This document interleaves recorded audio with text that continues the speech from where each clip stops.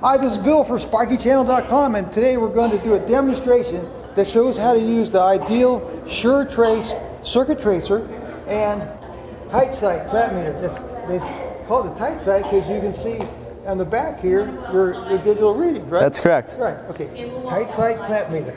And the ideal circuit tracer, it actually is a two-part product where one is a transmitter, it transmits a signal, and one is a receiver where it receives signal.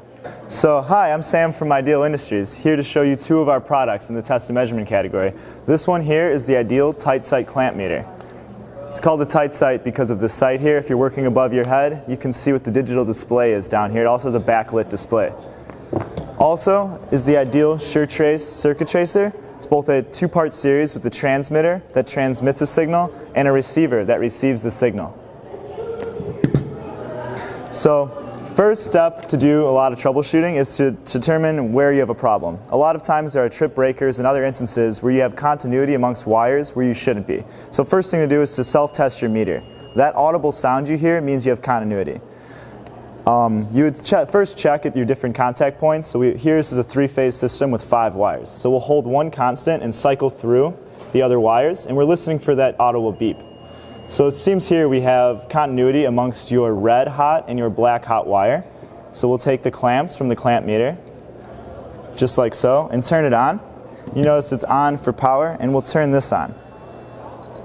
It's pinging the highest value, which is 99, because we're in close proximity to where the signal's being transmitted, but it has different sensitivity modes that we could drop down to. So we'll drop it down 1 just because we're so close.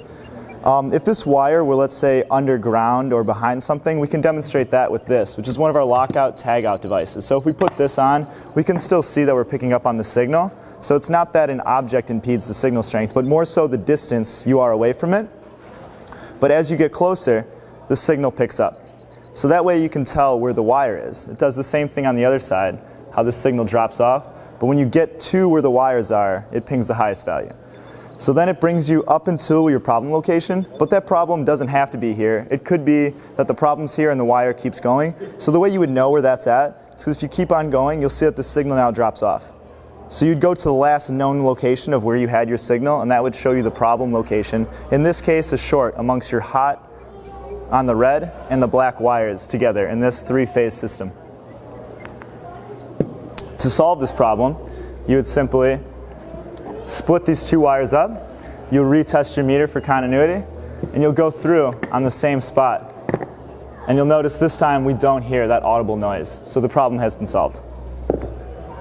I'll put a link for the ideal 61-959 SureTrace tracer kit, and I'll put a link for the ideal 61-957 SureTrace tracer kit, which is the one that I own.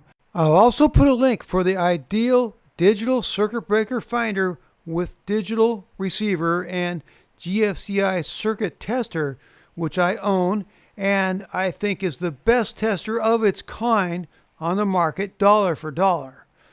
Of course, it can't do what the first 2 can do, but for the money, it's excellent. I'll put a link for the ideal SureTest True RMS circuit analyzer, which I also own, and I'll put a link for the ideal tight sight True RMS clamp meter. Thanks, I hope this video was helpful.